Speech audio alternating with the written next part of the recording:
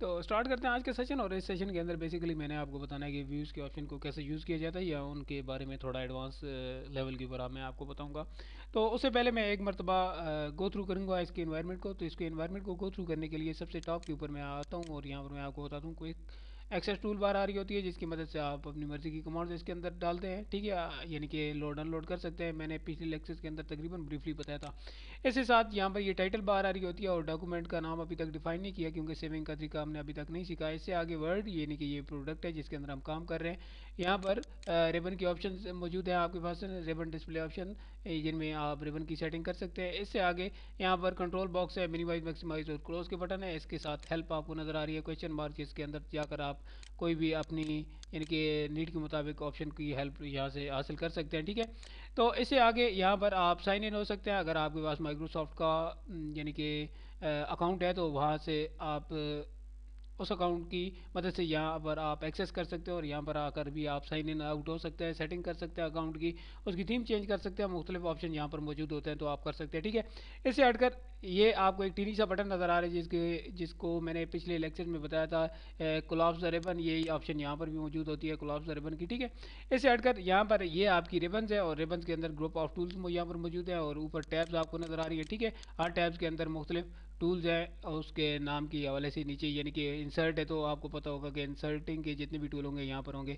Home basically सारे tool इसके अंदर मौजूद होते हैं। तो अभी इनका तरीका हमने नहीं सीखना, जस्ट मैंने आपको इसका एनवायरनमेंट एक मरतबा फिर क्लियर करवाना है। तो यहाँ पर आपके पास स्क्रॉल बार आ रही होती है, ये वो स्क्रॉल बार है जिसकी मदद से आप जंप करते हैं और अपने पेज के अप डाउन कर सकते हैं, ठीक है। और ये स्क्रॉल बार कहलाएगी वर्टिकली स्क्रॉल बार। और एक स्क्रॉल बार के नीचे यहाँ पर आपको परसेंटेज का एक यानी कि नंबरिंग शो हो रही होती है परसेंटेज के साथ। ये बेसिकली एक बटन है, सेम लाइक बटन, ये बटन का भी काम करता है। इसके ऊपर क्लिक करें, डायलॉग बॉक्स ओपन हो जाएगा और मजीद जूमिंग की प्रॉपर्टी यहाँ पर आपको मिलेगी। मैं भी इसे क्लोज करता हूँ, इंशाल्लाह नेक्स्ट लेक्चर में ये हम ब्रीफली पढ़ेंगे, ठीक है। तो यहाँ पर जूम इन आउट का स्लाइडर आपको नज़र आ रहा होता है। अगर आप प्लस के ऊपर क्लिक करेंगे तो जूम यानी कि बढ़ता जाएगा, इंक्रीज होगा, माइनस के ऊपर डिक्रीज होगा, ठीक है। एक बात आपको मैं यहाँ पर बता दूँ कि अभी ये आप कहेंगे कि ये स्क्रॉल बार है, लेकिन यानी कि ये वर्टिकली है और हॉरिजॉन्टली नहीं है। तो हॉरिजॉन्टली भी आ जाएगी अगर आप इसे ज़्यादा जूम इन करें, तो यहाँ पर आपको हॉरिजॉन्टली भी ये देखे नज़र आ रही है, ठीक है। आप 100 पे करें बाई डिफ़ॉल्ट जो होती है, तो वो गायब हो जाएगी, ठीक है, यानी कि डिसअपेयर हो जाएगी, हाइड हो जाएगी। इससे हटकर यहाँ पर ये एक वेब लेआउट है। वेब लेआउट को समझने के लिए मैं आपको बता दूं कि मैं कोई चीज़ टाइप करता हूँ इसके अंदर। जी, तो आप यहाँ पर देख सकते हैं कि मैंने एक दो पैराग्राफ यहाँ पर टाइप किए। तो इनको टाइप करने के बाद मैं इनको कॉपी करूँगा और नीचे पेस्ट कर दूँगा, सही है। अब आपको मैं यहाँ पर बताता हूँ कि सपोज कर लें कि आपने ये एक आर्टिकल टाइप किया इसके अंदर और इसको आप वेबसाइट के ऊपर अपलोड करना चाहते हैं, यानी कि पोस्ट करना चाहते हैं। तो वो पोस्टिंग के दौरान इसका यानी कि एक व्यू कैसा होगा, लेआउट कैसा होगा। तो यहाँ पर आप वेब लेआउट के ऊपर क्लिक करेंगे तो ये आपको नजर आएगा कि पोस्टिंग के दौरान इसका कैसा होगा, ठीक है। यहाँ पर दोबारा प्रिंट लेआउट में मैं आता हूँ। प्रिंट लेआउट बाई डिफ़ॉल्ट इसका होता है, ठीक है। एक बात याद रखिएगा कि जूम इन आउट करने से जस्ट ये जो आपके सामने एनवायरनमेंट नज़र आ रहा है इसके ऊपर असर पड़ता है। आपकी जो प्रिंटिंग कॉपी होती है, जो सॉफ्ट कॉपी निकलेगी, उसके ऊपर कोई असर नहीं पड़ेगा। ये यूज़र की आसानी के लिए, यानी कि ये स्लाइडर होता है जिसकी मदद से वो यूज़र अपने काम में आसानी पैदा करने के लिए जूम इन आउट करता है, ठीक है। इससे हटकर आगे आपको रीड मोड नज़र आ रहा है, जो मैं अभी आपके साथ डिस्कस करूँगा। इससे आगे आपको ये ब्लैक पट्टी नज़र आ रही है। इससे पिछले जो भी लेक्चर्स हैं उनमें ये ब्लू नज़र आ रही थी। एक बात यहाँ पर आपको बताता जाऊँ कि ब्लू तब थी, लेकिन मैंने ऑप्शन में जाकर चेंज किया थोड़ा इसे, यानी कि इसका एक अच्छा सा व्यू बनाया, ठीक है, ताकि कलर थोड़ा चेंज किया ताकि ये थोड़ा अच्छा लगे, ठीक है। तो इसके लिए यहाँ पर ये अभी आपको ब्लू नज़र आ रही है, ये स्टेटस बार होती है। इसके अंदर मुख्तलिफ, यहाँ पर राइट क्लिक करेंगे तो मुख्तलिफ आपको ऑप्शन नज़र आएंगी। इन ऑप्शन को आप पिन कर सकते हैं यहाँ पर इसके ऊपर, स्टेटस बार के ऊपर। इस पर उसका लेके मैक्रो है, मैक्रो मैक्रो रिकॉर्डिंग, यहाँ पर मैक्रो रिकॉर्डिंग का बटन आ गया, ठीक है, ऑन ऑफ आप कर सकते हैं, ठीक है। इसे हटकर बाई डिफ़ॉल्ट इंग्लिश की लैंग्वेज, यानी कि लैंग्वेजेस की ऑप्शन या आपके पास यहाँ पर मौजूद होती हैं और इनके ऊपर आप क्लिक करके आप अपनी लैंग्वेजेस वगैरह यहाँ से चेंज कर सकते हैं, ठीक है। इससे आगे आपको आपके डॉक्यूमेंट की जो करंट डॉक्यूमेंट होता है उसके वर्ड्स वगैरह, उसके पैराग्राफ्स, उसके नंबर्स, ये सारी चीज़ें यहाँ पर मौजूद होती हैं वर्ड काउंट के अंदर, ठीक है। इससे हटकर यहाँ पर आपके पास पेज 1 of 8, यानी कि ये एक नेविगेशन पेन आपके पास ओपन हो जाएगी, जिसके अंदर आप जंप लगाकर अपने पेजेस को देख भी सकते हैं और उससे हटकर पेज के नंबर के हवाले से भी आपको पता चल जाता है मैं किस पेज पे हूँ, और उसका प्रीव्यू भी यहाँ पर आपको नज़र आ रहा होता है, ठीक है।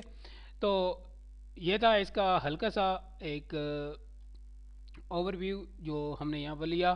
तो स्टार्ट करते हैं। यहाँ पर व्यू के ऑप्शन मौजूद है जिसमें रीड मोड को अभी तक हमने डिस्कस नहीं किया। वेब लेआउट हो गया, प्रिंट लेआउट हो गया, रीड मोड। रीड मोड के ऊपर मैं क्लिक करता हूँ तो रीड मोड के ऊपर क्लिक करने के बाद मेरे पास एक ऐसा इन्वायरमेंट आएगा। तो ये बेसिकली आपके पास एक रीड मोड प्रोवाइड करता है और इसकी मदद से आप अपने डॉक्यूमेंट को बड़ी आसानी के साथ रीड कर सकते हैं और इसको देख सकते हैं। रीडिंग स्टडी के दौरान भी आप इसे रीड कर सकते हैं, प्रेजेंट कर सकते हैं अपने आर्टिकल को या डॉक्यूमेंट को। अगर सपोज कर ले कि आप ऐसे भी कह सकते हैं कि अगर आपने प्रोजेक्टर वगैरह यूज़ कर रहे हैं तो इसको यूज़ करते हुए आप बड़ी आसानी के साथ यानी कि ये अपना आर्टिकल वगैरह शो अप करवा सकते हैं। ठीक है, इसे हटकर यहाँ पर आप देख लें इसके बटन हैं और इन बटन की मदद से हम आगे पीछे हो सकते हैं। लेफ़्ट टू राइट बटन है और एंड ऑफ डॉक्यूमेंट, ये स्पॉट आपको ब्लू सा नज़र आ रहा है जो बता रहा है कि आपका डॉक्यूमेंट एंड हो चुका है। ठीक है, यहाँ पर आप आ सकते हैं। इसे हटकर आप यहाँ पर अगर हाईलाइट करना चाहें तो आप हाईलाइट कर सकते हैं। इसे हटकर यहाँ पर आपको व्यू की एक ऑप्शन मौजूद है जिसके अंदर आप जाएं और एडिट डॉक्यूमेंट।